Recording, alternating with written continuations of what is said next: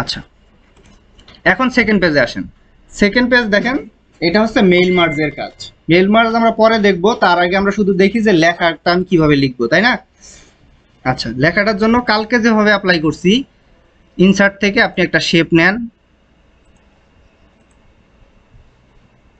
Shape draw করলাম।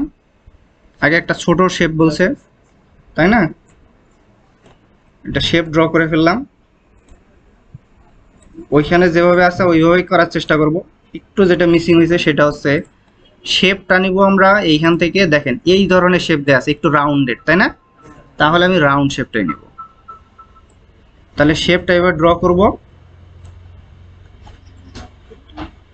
এই যে এই কর্নারটা থেকে রাউন্ড যদি কমাই দিতে চাই সেটা কমাইতে পারি। এই যে হলুদ যে বোল্টটা দেখা যাচ্ছে, এটা থেকে একটু কমাই দিতে পারি। এখন এই পাশেও তো একটা আছে, তাই না? তাহলে কন্ট্রোল প্রেস করে ধরে যদি টান দেই, কালকে আমি দেখাইছি যে এটা কি হয়, ডুপ্লিকেট হয়, কপি হয়। তাহলে কন্ট্রোল প্রেস করে সরায় নিলাম। সরায় নিয়ে এটার উপর ক্লিক করে দিয়ে এটা বড় করে দিলাম। বুঝতে পারছেন? এই কর্নারটা ধরে আমি আর একটু ছোট করে দেবো, কারণ উপরে দুইটা সেম আকার আছে, একদম সেমের মতো। তাহলে এইভাবে সরায় দিলাম। এখন এই দুইটাই সিলেক্ট করে এখান থেকে ফিলটা অফ করে দিতে পারি, অথবা ফিলটা ভেতরে হালকা কালার যদিও দেখা যাচ্ছে, আপনি ওইরকম কালার নাও দিলেও সমস্যা নাই, এরকম একটা হালকা কালার দিতে পারেন।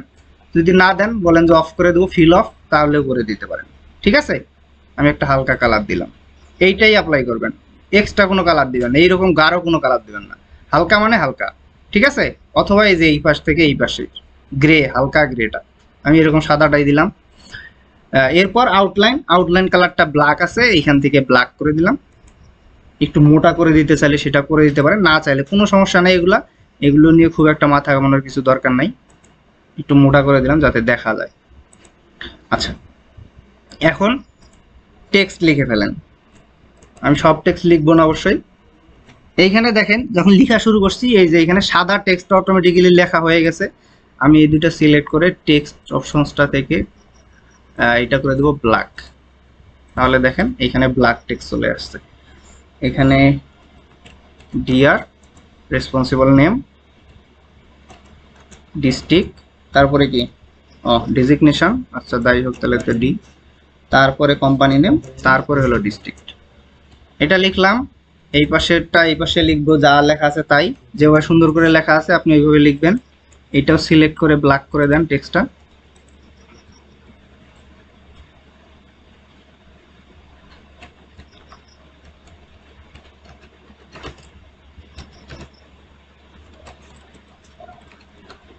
ফ্রম ডিটিইবি, এইভাবে লিখলেন। বাকি লেখাগুলো আপনারা লিখলেন।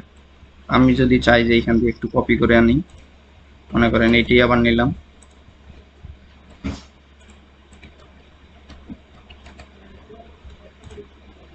এখানে পেস্ট করে দিলাম।